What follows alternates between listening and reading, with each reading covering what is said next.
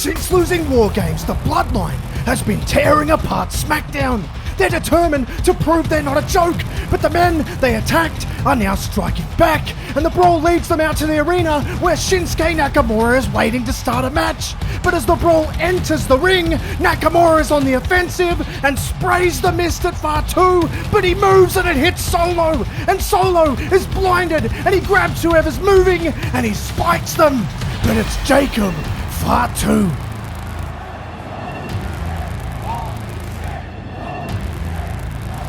And just after Solo has been cleaned up backstage, he gets confronted by Fatu, who is seething. He's breathing fire, but Tama Tonga gets in between them and tries to calm the situation down, but the tension is real. However, they need to adapt, and they need to adapt quickly, because as the Raw debut on Netflix rolls around, someone wants what Solo has.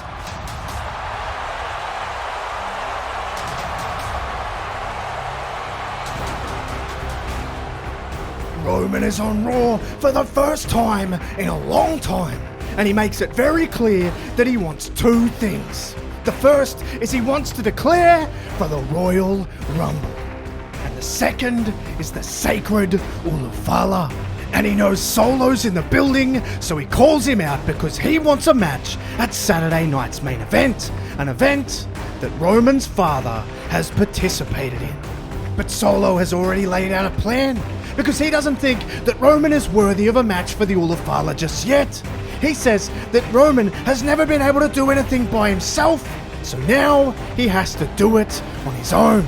Because as we see backstage, Jay, Jimmy and Sammy are all laid out, and Solo accepts a match for Saturday night's main event, but it will not be against him. Oh no! You Solo!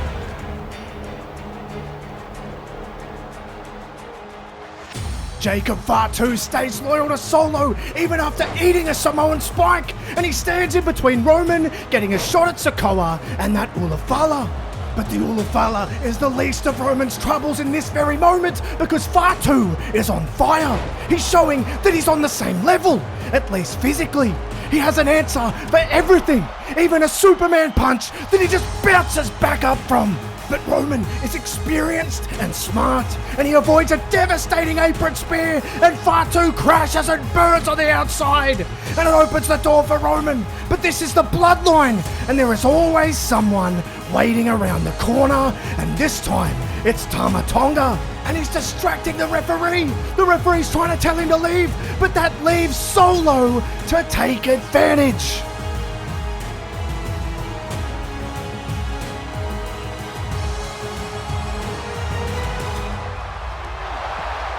Solo and Fatu collide, and they're both wiped out, and Roman quickly throws Fatu into the ring, and he batters him with spear after spear after spear, and he gets the first pin on Jacob Fatu since he got to WWE, and Roman breaks down another wall trying to get his Ulufala back.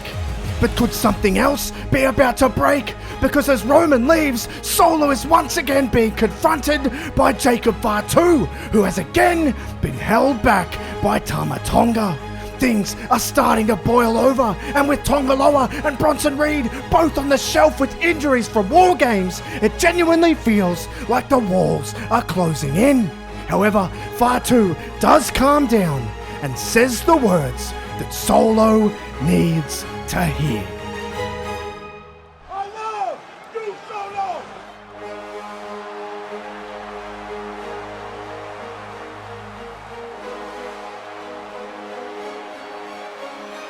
The Bloodline is hanging on by a thread, but Solo is still as determined as ever to stop Reigns, and the war continues within the Royal Rumble match itself, when Roman is confronted by Tama Tonga and Jacob Fatu midway through the match, and Roman is getting pummeled. It's looking like he's going to get dismantled and dumped out unceremoniously, but luckily for him, the next man in evens the odds.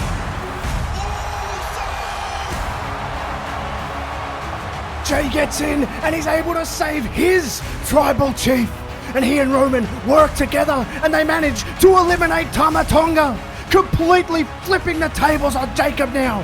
However, just a few entrants later, he gets some reprieve with the arrival of Solo. But Solo is faced with a choice because Sammy has also joined the match and he's working with Jay to try and eliminate Fatu.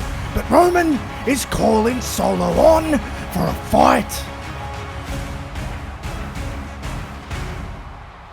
Solo makes his choice and leaves Jacob to fend for himself against Sami Zayn and Jey Uso. His spot in the match is in grave danger, but he manages to somehow fight them both off. And now he actually goes to try and help Solo. And it's together they manage to get one of the biggest eliminations of the match. And Solo is letting Roman know all about it. So much so that he takes his eyes off his loyal soldier who gets swept away by Sammy and Jay, and he gets eliminated.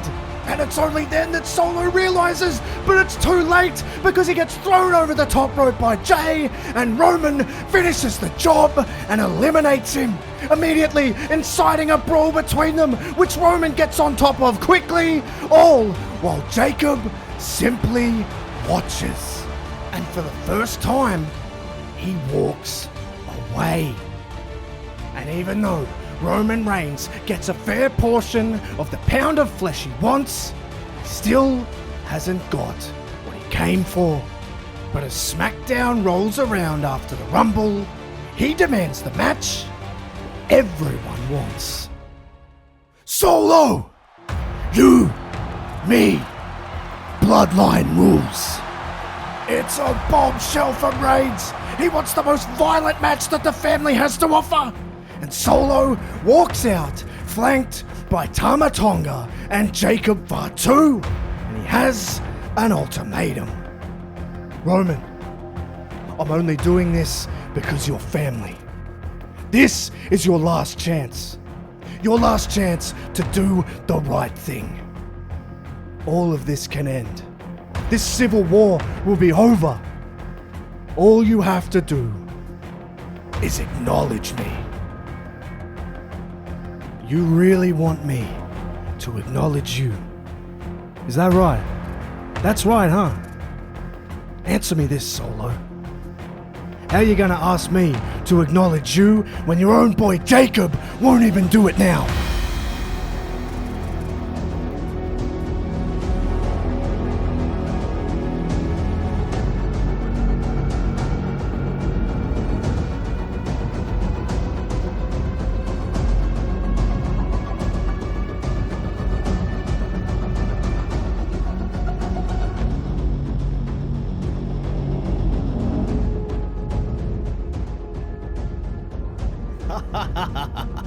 See, Roman? They acknowledge me. Now it's your turn. You listen to me. The only way I will acknowledge you is if you actually earn the right to wear that. Because that is the only thing holding Jacob back from destroying you. He actually respects it. You don't. But if you want to prove you do, fight me. An elimination chamber in Bloodline rules where the winner earns it. The winner wears it.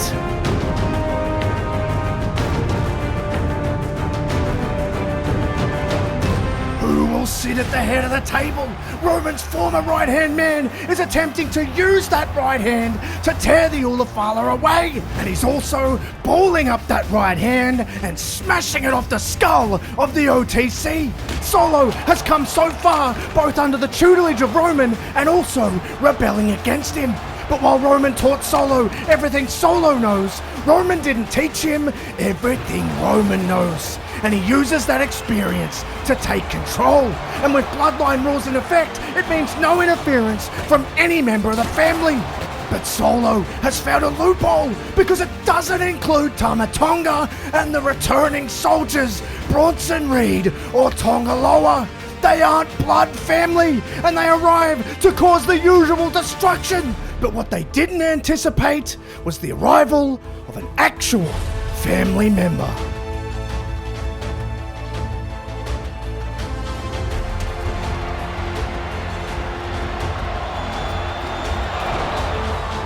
and it's Roman who is able to restore the sacred Ulufala back around his neck in a fair one-on-one fight. And Roman leaves with the blessing of Fatu, who separates him from the vultures that have terrorized him. And it seems as though Jacob is acknowledged by Roman, who now looks to sit back at the head of the table as its true tribal chief. But before he can take that seat, he might just have to face the final boss.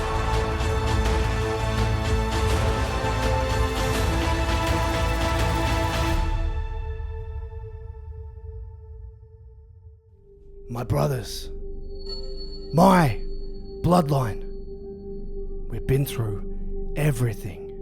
We've won battles, we've lost battles, but this is a war, and this war isn't over. One loss doesn't define a career, and if we work together, we can take this place over properly.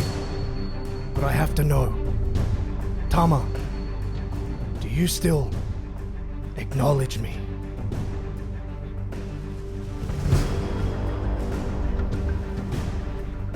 Tonga, do you acknowledge me?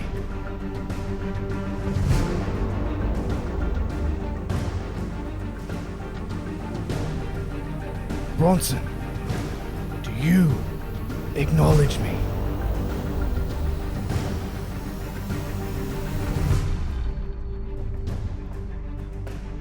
Jacob, do you acknowledge me?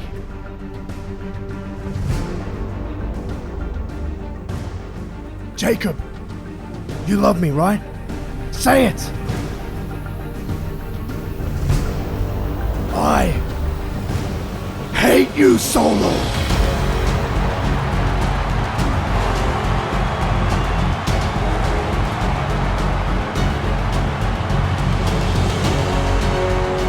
Jacob Fatu goes rogue, and in the lead up to WrestleMania, Solo places the same walls in front of him as he did Roman.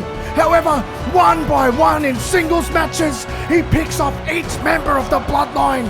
But in order to truly put this to rest, he has to break the man who is responsible for bringing him in, and it goes down in Las Vegas when the two young breakout stars of the Bloodline fight for supremacy on the biggest stage possible in what is a genuine slugfest.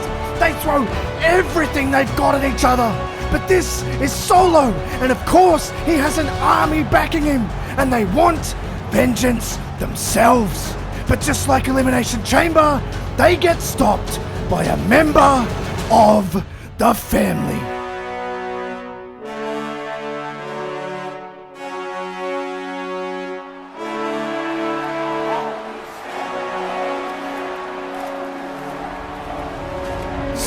Fatu, Jacob's cousin, tears apart all three with a chair, which gives Jacob the chance to get Solo one-on-one, but Solo looks for a Samoan spike. However, Fatu overpowers it and smashes Solo with a devastating super kick, which sets him up to deliver the final blow.